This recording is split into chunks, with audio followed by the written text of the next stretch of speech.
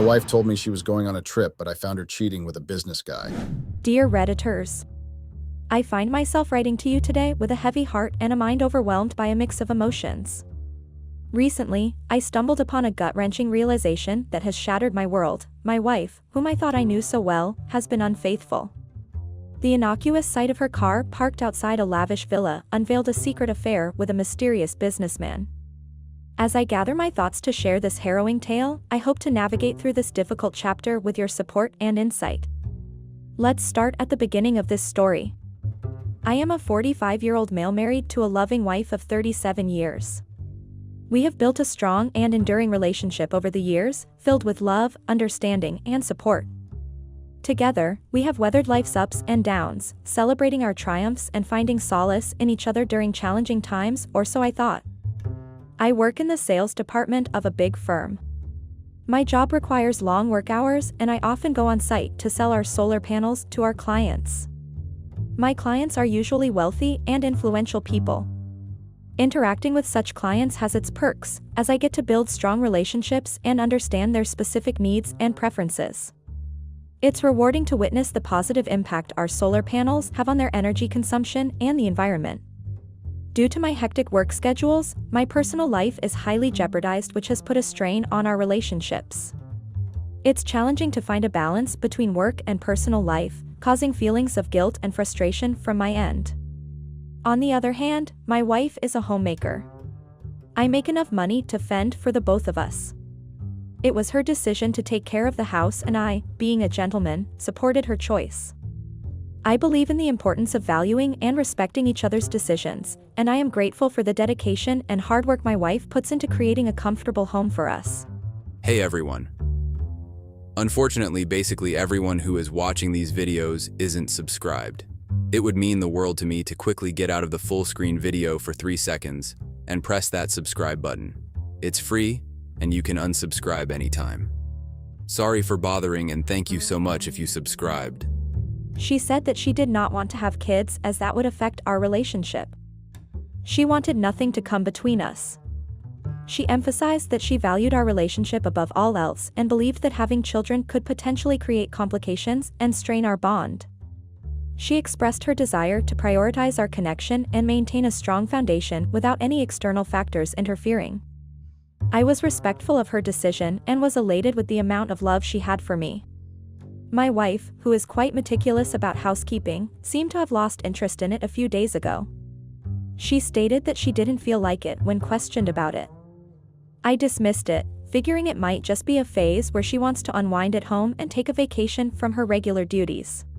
But as the days passed, I couldn't help but wonder whether she was dealing with anything more.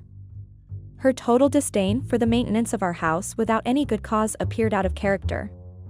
I advised her to take a few days off from this and go on a trip with her friends to unwind and clear her head. She will be able to see things from a different angle and return to the situation with more enthusiasm to face any obstacles that may come up. Furthermore, she will get much-needed support and make happy memories that will help elevate her spirits during this difficult time by spending quality time with friends. This plan made her very happy and immediately improved her attitude. She showed me the itinerary for the roughly week-long trip she and her girlfriends were planning in the coming days. They intended to travel to other cities and check out a range of tourist destinations. The plan made sure they got the most of their week-long vacation by including things like shopping, sightseeing, and sampling local cuisine. She was slowly returning to her joyful self, which made me glad. In any case, I was too preoccupied with my work to give her the time and attention she required. I thought she deserved a break from this boredom. As I was going for work, she waved farewell to me and requested me not to worry about dropping her off because she would be picking up her buddies on the way. I did not think much of it and left as usual, asking her to enjoy her road trip. All of it started with a persistent uneasy sensation that gradually became more and more obvious to me, an instinct telling me something was off. My spouse, who was traveling with her friends, hardly returned my calls promptly and would instead send me a brief text message indicating that she was too exhausted to chat. But since I was so consumed by love and trust, I was unwilling to face the fears that were growing inside of me. I chose to embrace the vows of devotion and loyalty that I thought my wife and I shared, brushing them off as paranoia. I had no idea that behind the surface, a lie was being spoken and our relationship was becoming more and more strained. Subtle contradictions and odd behaviors began to chip away at the facade over time, making me doubt everything I had assumed to be true about our marriage. On a fateful day, I was driving by my new client's gorgeous mansion tucked away in lush gardens when I stopped to check on the solar panel installation site. There it was, my wife's distinctive car, in front of me. An intense blend of inquisitiveness, rage, and sorrow drove me to look into it more. According to my wife's itinerary, she wasn't meant to be in the city. I continued to deny that it might be someone else's vehicle. Calming down, I walked up to the villa and watched the scenario develop in front of me in silence. I saw something that I never would have expected to see. My wife was smiling and conversing with a man inside the property, totally unaware of my presence. It was as if she had found a new life, a new happiness that didn't include me. The realization hit me like a ton of bricks, leaving me questioning everything I thought I knew about our relationship. A man wearing a sharp business suit came out as I rang the doorbell and watched, and much to my dismay, my wife came out and made love to this stranger. My head was reeling from the heartbreaking treachery I had just witnessed, leaving me stunned. The scene unfolded slowly, with every second leaving a deeper scar on my spirit. I felt simultaneously numb, confused, and devastated. I stood motionless, unwilling to face the reality that was being revealed to me, and my eyes began to well up with tears. I was so hurt by the betrayal that I started to doubt everything I had previously believed to be true about our relationship. I was immobile as the man persisted in soliciting for my business while I stood there feeling numb. I couldn't even think to talk.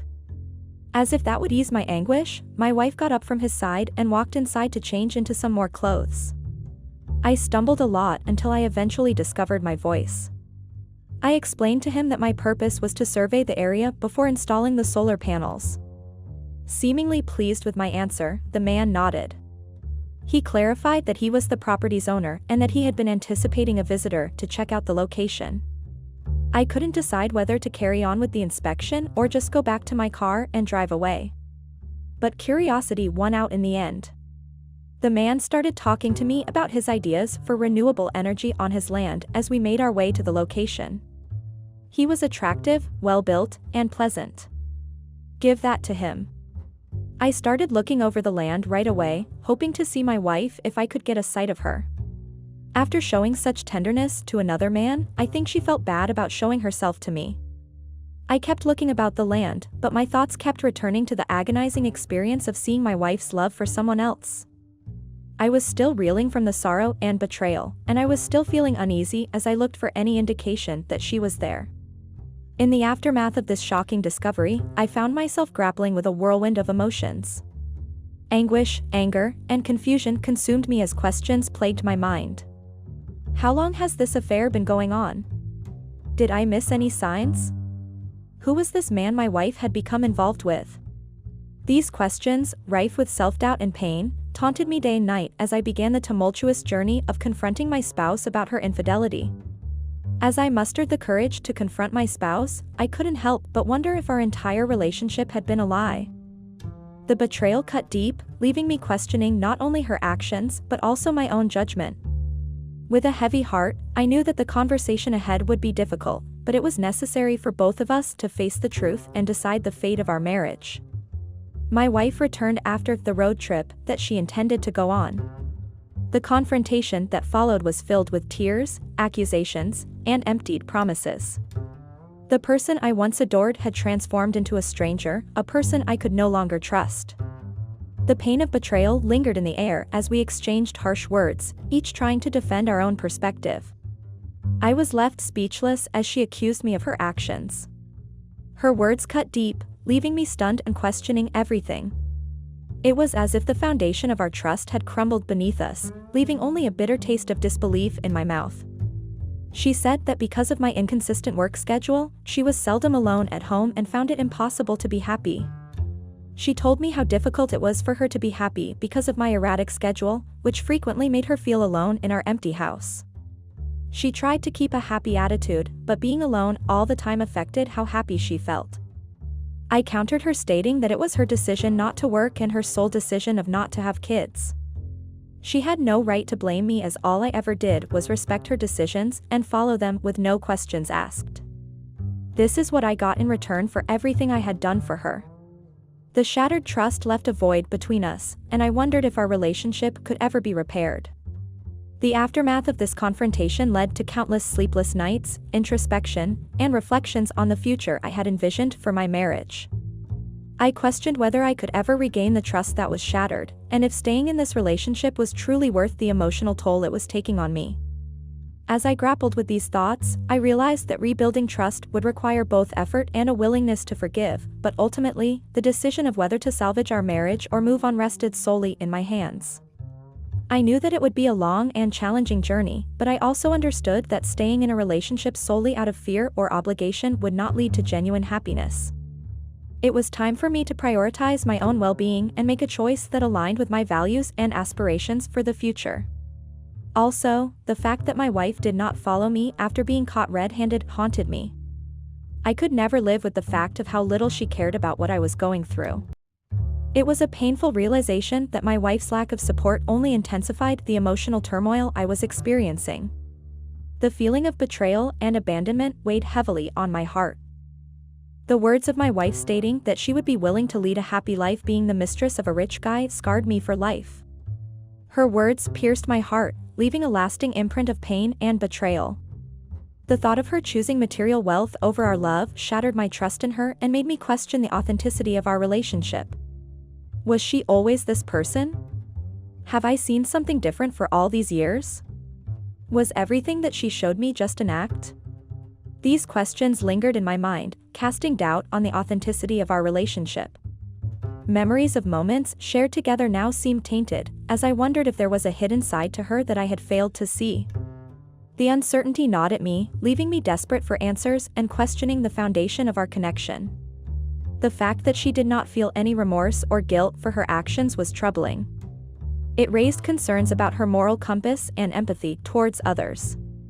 Her lack of remorse suggested a potential disregard for the consequences of her actions, which could have serious implications for those around her.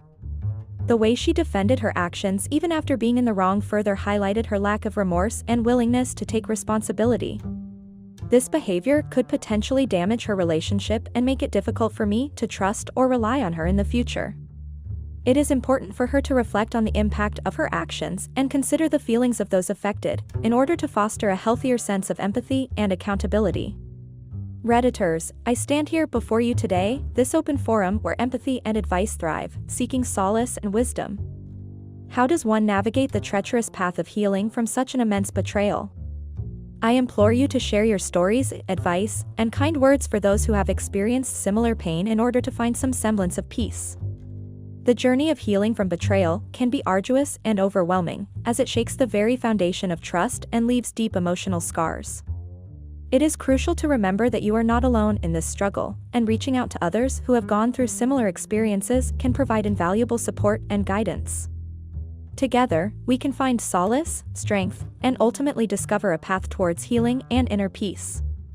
In the face of betrayal, the pain and emotional turmoil can consume even the strongest of individuals. Discovering my wife's infidelity with a mysterious businessman has left me shattered and struggling to find solid ground. Through this lengthy Reddit post, I hope to find solace, advice, and strength from those who have encountered similar trials on their life's journey. To those who have ever faced the agony of infidelity or betrayal, your stories, words of encouragement, and advice are invaluable. Together, let us heal, grow, and ultimately find the strength to move forward despite the scars of betrayal. I never thought I would find myself in this situation, questioning everything I thought I knew about my marriage. The pain and confusion are overwhelming, but I believe that by sharing my story and connecting with others who have experienced similar hardships, we can find the support and guidance needed to navigate this difficult path towards healing and rebuilding our lives. Let us come together as a community to uplift each other and find the resilience to move forward, knowing that we are not alone in our struggles. Comments *. 1. U/Reddit user 1 *. OP, I completely understand what you are going through. At the same time, I don't think there is anything wrong with what your wife has done. She wanted you to spend quality time with her and not run behind just making money. It's important to strike a balance between work and personal life, and your wife's concern for quality time together is valid. However, it's also essential to acknowledge the importance of financial stability and providing for your family's needs. Finding a compromise that satisfies both of your needs could be a constructive way forward. If she found that balance in someone else, you are the one to blame for it. You pushed her to her extremes to take such a step. All she wanted from you was love, attention, and a little acknowledgement. You failed in providing her with the basic necessities in a loving relationship. She chose someone who provided her with all of that.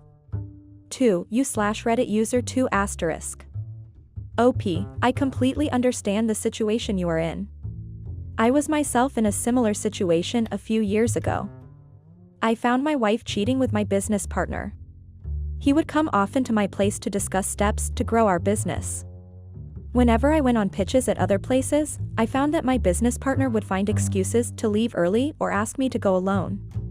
One day I forgot my pitch and went home to get it, and I saw his car parked outside my house. I thought that he had come to accompany me, and when I went inside, what I saw shocked my eyes. They were both lying naked in my bed. That's when I decided not to trust another woman ever in my life. 3. You/Reddit user 3 *. Women all around the world are just plain materialistic. They just pounce from one man to another once they find out he has money or possessions. They prioritize wealth and material gain over genuine connections and emotional fulfillment. This stereotype perpetuates the belief that women are solely interested in financial security, disregarding their individual desires, aspirations, and the complexities of their relationships. However, it is important to recognize that this generalization is unfair and does not accurately represent the diverse experiences and values of women globally. Ever since I met Laura, I always believed that a bond built on trust was unbreakable. We had been the envy of our circle, with our tales of love lasting over 2 decades. Little did I know that a simple envelope would shatter that belief. It was a crisp autumn afternoon, the kind that paints the trees with a fiery hue, and the wind carries secrets. As I walked towards my home after a long day at work, I noticed a stark white envelope lying in our mailbox. No stamp, no address, just a simple handwritten mark on the front. Curiosity got the better of me, and I swiftly tore it open. The letter inside was typed, and the words sent chills down my spine. "Open your eyes, Mark. Love can blind, but the truth can hurt even more. Laura isn't as faithful as you think." I felt my heart skip a beat. Laura, my Laura, cheating on me? No, it can't be.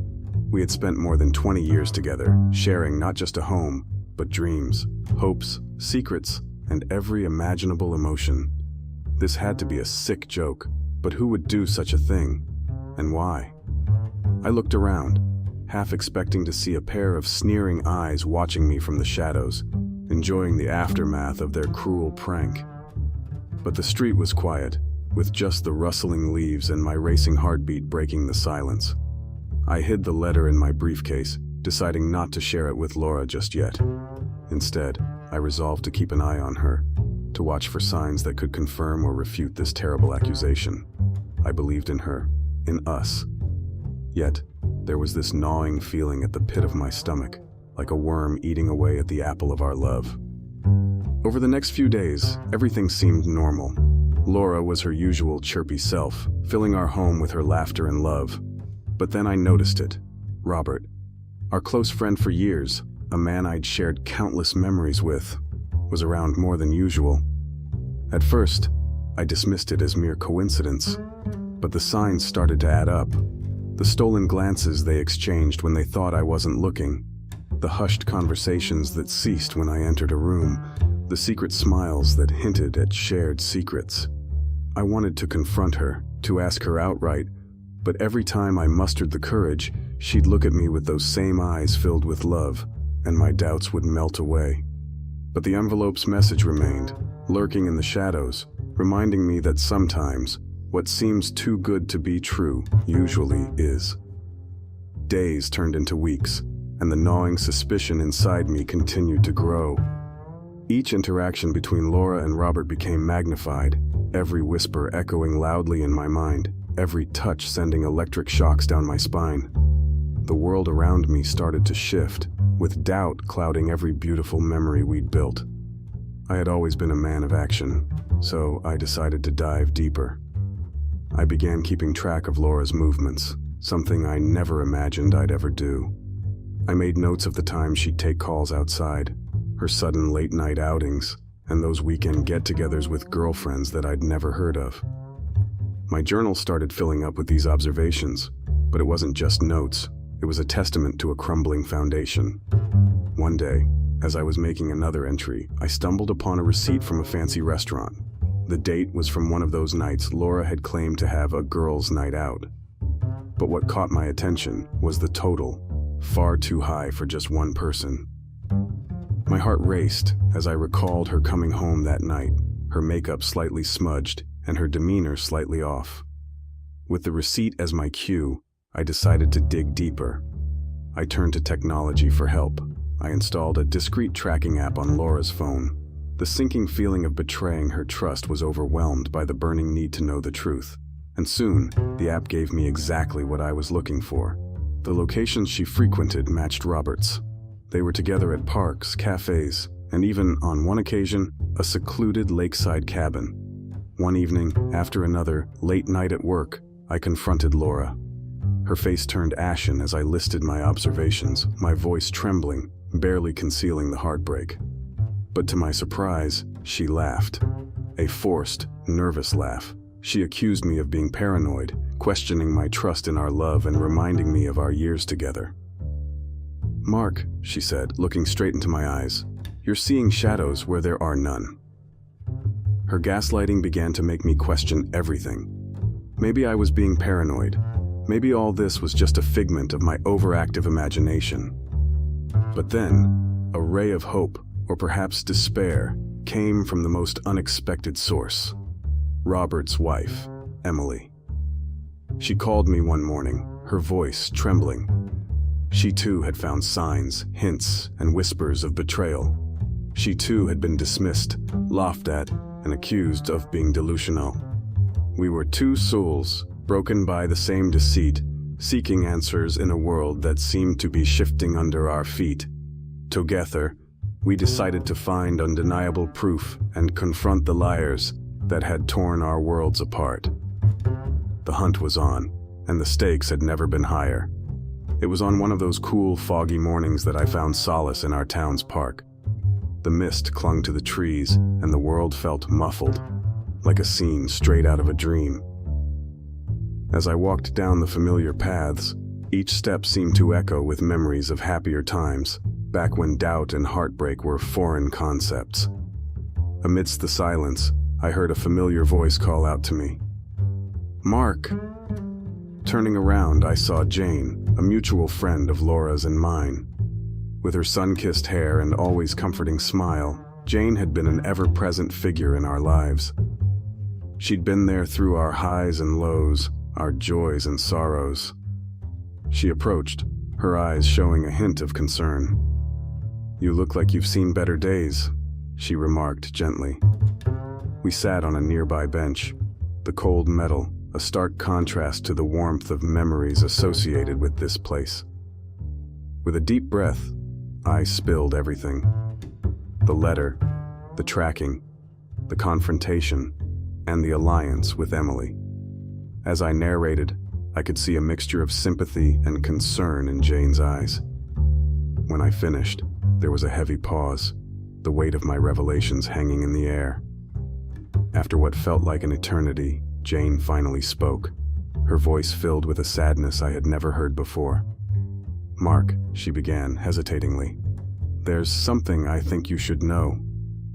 She revealed that she had seen Laura and Robert together on multiple occasions over the past few months. They had been at cafes, malls, and even at Jane's own birthday party, always finding corners to whisper, share fleeting touches, and exchange looks filled with a secret intimacy. Jane hadn't thought much of it initially, assuming it was just close friendship. But as the instances grew, her own suspicions began to mount. She even recalled a particular evening when she'd caught them sharing a much too intimate moment in her garden. Jane's revelations were like a hammer to my already fragile heart, but what she said next was even more shattering. Robert was known to be manipulative. In the past, he had charmed and deceived others, leaving a trail of broken relationships in his wake. His modus operandi was always the same: befriend, charm, and then destroy. Laura wasn't his first victim, and if left unchecked, she wouldn't be his last. I felt a whirlwind of emotions: anger, betrayal, sadness. But more than anything, I felt a sense of determination. With Jane's insights, Emily's support, and my own observations, I was building a case. A case not just against Robert, but against the shadows of doubt and deceit that had crept into my life. It was time to bring everything to light and confront the two people who had betrayed me the most. The storm was coming, and I was at its center. The following week, I meticulously planned the confrontation. With Jane and Emily's help, we arranged for a dinner at my house. The pretense was simple: a reunion of old friends, a gathering to reminisce and celebrate our shared history. Robert and Laura suspected nothing, or at least, they showed no signs of it. The evening started off pleasantly. The golden glow of the setting sun filtered through the curtains, and soft music played in the background. Laughter and chatter filled the room, creating an illusion of harmony. But beneath the surface, tension crackled like electricity. After dinner, as we moved to the living room for coffee, I took the lead. With a deep breath, I began. Tonight isn't just about memories or celebrating friendship. It's about truth and confronting the shadows that have crept into our lives. The room went silent. Laura's face turned pale, and Robert shifted uncomfortably. I continued, laying out all the evidence, from the letter to Jane's revelations, from the tracking results to the emotional pain that their deceit had inflicted on Emily and me. The atmosphere was thick with emotion. Accusations flew, voices raised, tears flowed, and for the first time, the mask of deception started to crumble. Robert, in a desperate bid to deflect blame, tried to paint himself as the victim. He spoke of loneliness, of feeling unappreciated, and how Laura was a beacon of hope in his desolate life. Laura, on the other hand, seemed lost and confused. She alternated between expressing remorse and accusing me of smothering her with my insecurities. She admitted to being swayed by Robert's charm, but also expressed her frustration at feeling taken for granted in our relationship. Jane and Emily were my pillars of support. They countered every lie, every deflection, reminding Robert and Laura of the pain they had caused, the trust they had broken, and the lives they had torn apart. Hours seemed to pass. The room was a battleground of emotions, and the scars of betrayal were laid bare for all to see. By the end, as the first light of dawn started to peek through, one thing was clear: relationships were forever altered. There was no going back, no healing the wounds. All that was left were the pieces of shattered trust and the daunting task of moving forward. As everyone left, the house was eerily silent, but it was also free from the chains of deceit. I sat alone, reflecting on the storm that had passed, feeling both drained and liberated. The confrontation had been painful, but it had also been necessary. The road ahead was uncertain, but at least now it was based on truth. In the wake of that tumultuous night, life took on an almost surreal quality. The town, once filled with fond memories, now bore the scars of betrayal at every turn.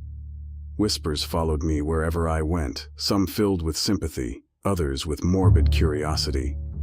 The first few days were a blur of pain and numbness. Emily and I leaned on each other, finding solace in shared anguish.